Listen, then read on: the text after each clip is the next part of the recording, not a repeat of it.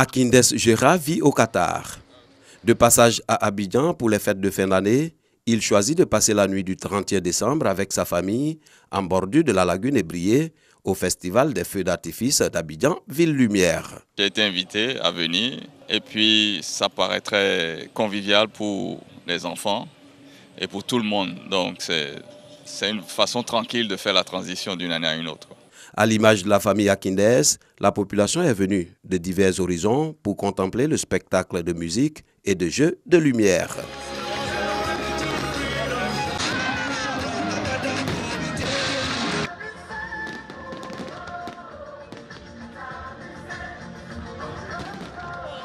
Les enfants, ils étaient ébahis. D'abord la musique et la rythmique avec le feu d'artifice. Tout ensemble, ça faisait un mélange exceptionnel et très africain. Je fais une très belle fête et on espère que 2020 sera une très bonne année pour notre pays. C'est juste époustouflant. C'est incroyable de voir quelque chose comme ça dans une ville en Afrique de l'Ouest. Vraiment, c'est magnifique. On était sous le charme. La Messe de la Lumière est une initiative du district d'Abidjan et ses partenaires. Cette 9e édition a pour thème la paix en 2020. La bande-son qui a soutenu le spectacle pyrotechnique nous a fait faire un voyage. C'était un peu ce message de la Côte d'Ivoire à la Côte d'Ivoire, mais aussi au monde, pour dire que tout doit se construire dans la paix. Au-delà du spectacle, nous voulons montrer que la Côte d'Ivoire est un très beau pays. Un pays où nous avons pris pour habitude de vivre en convivialité, dans le respect les uns pour les autres et surtout dans un esprit de paix. Nous souhaitons que pour 2020, les Ivoiriens soient en paix, les jeunes soient en paix, les adultes soient en paix, tout le monde soit en paix, pour que la paix soit la vraie religion des Ivoiriens. Dans le même élan du message de paix, Chantal Camara, représentant la grande chancelière, a invité la population ivoirienne à garder espoir en 2020. Pendant 30 minutes, le ciel d'Abidjan a brillé de 1000 feux. La magie de la lumière s'est opérée dans le cœur des Ivoiriens qui ont pris d'assaut les rues du plateau ornées de jeux de lumière.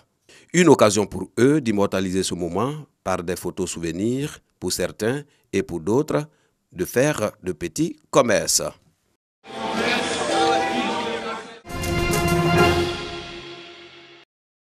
Raccordement au réseau électrique, adduction en eau potable, infrastructures éducatives et sanitaires, des actions de développement passées en revue par le chef de l'État dans son adresse à la nation pour le Nouvel An. Se prononçant sur la situation sécuritaire, aucun projet de déstabilisation ne sera toléré, a laissé entendre le chef de l'État. L'État fera son devoir. L'État ne faillira pas. En particulier, au moment où le terrorisme constitue une menace à nos frontières. L'État sera là pour garantir la paix si chèrement conquise, ainsi que la sécurité des Ivoiriens et la stabilité de la Côte d'Ivoire. Nul ne pourra perturber cet objectif. Aucune tentative de déstabilisation de la Côte d'Ivoire ne pourra prospérer. Pour tous ceux qui se sont rendus ou se rendront coupables de tels actes, la rigueur de la loi sera intégralement appliquée.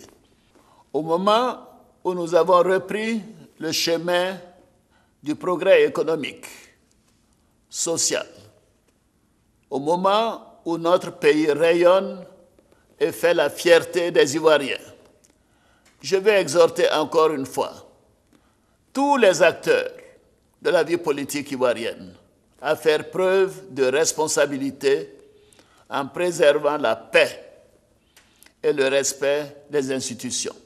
2020, une année électorale. Le président Ouattara réitère également sa volonté à garantir la quiétude des Ivoiriens. Ahmed est un vendeur de poulet dans la commune d'Adjamé.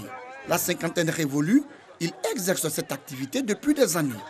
Une activité rentable surtout en cette période des fêtes. À 15 heures des festivités, il a plumé près de 50 poulets avec de jeunes gens venus lui prêter main forte.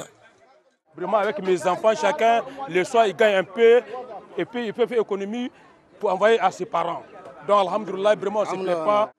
À l'approche des fêtes, beaucoup s'adonnent à cette activité. Forte demande de poulet oblige. Et rares sont les personnes qui se chargent de plumer eux-mêmes leur poulet à la maison. Ibrahim se frotte donc les mains. Avec lui, ces jeunes gens. Le travail qu'ils sont venus faire là, ça nous arrange parce que ce qui sont ici là, il ne veut pas suffire de plumer le poulet des clients. Le travail qu'ils font là, en tout cas, alhamdulillah, je suis marié dans ça. J'ai construit dans ça, tout ce que j'ai besoin, c'est dans le travail de poulet là. C'est facile et puis c'est plus pratique. Quand on vient, on fait la commande, on va faire nos courses, quand on vient, c'est prêt, on prend, ça va. Quand des fêtes, on prend 100 francs, mais s'il n'y a pas de fête aussi, c'est gratuit, on fait pour les clients. Ces jeunes gens qui les aident à plumer les poulets attirent aussi les clients chez les vendeurs de poulets qui leur donnent des espèces sonnantes et trébuchantes. Les fêtes de fin d'année, période propice pour de nombreux jeunes qui s'adonnent au petit métier pour se faire de l'argent de poche et faire la fête la nuit de la Saint-Sylvestre. Christina Colombe-Kwasi, aide-soignante dans un atelier de couture pour récupérer ses habits pour la fête du Nouvel An. Comme c'est les fêtes, je suis venue retirer mon habit. L'ensemble, ça va. Il a respecté le rendez-vous. La cliente est satisfaite. C'est tout le contraire pour Kamara Ibrahim, couturier au quartier commerce de Bouaké, pour le rendement en cette année, parce que les clients se font rares. L'année passée, c'était encore plus avantageux que cette année. On n'a pas de soucis avec eux. Après la couture, la coiffure pour achever l'œuvre de beauté.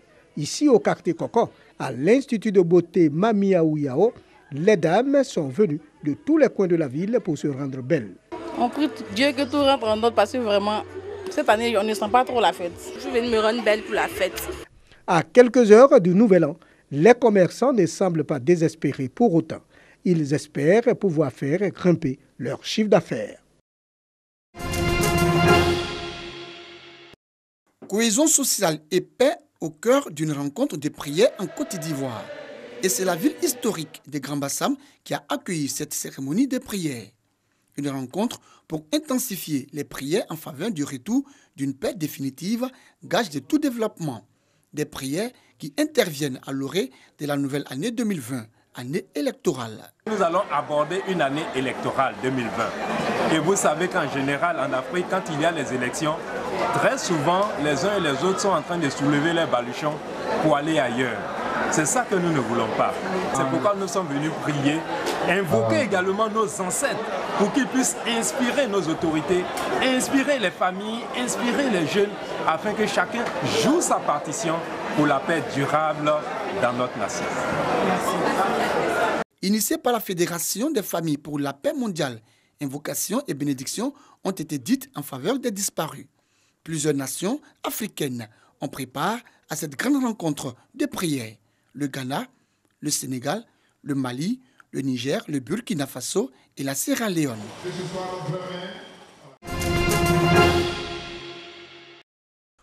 Tout se joue derrière une vitre, dans une salle aseptisée. Les automates manipulent des salades au fur et à mesure qu'elles grossissent. Les usines à légumes fleurissent au Japon. L'un des avantages de cette technique est qu'elle permet de cultiver une grande quantité de légumes sur une petite superficie, une nécessité dans un pays comme le Japon. La pénurie de main-d'œuvre favorise aussi ce type de culture. Ça a eu du mal à se vendre au début, mais il est facile de créer une image de marque pour attirer les clients, car nous pouvons produire une même qualité de produit au même prix tout au long de l'année.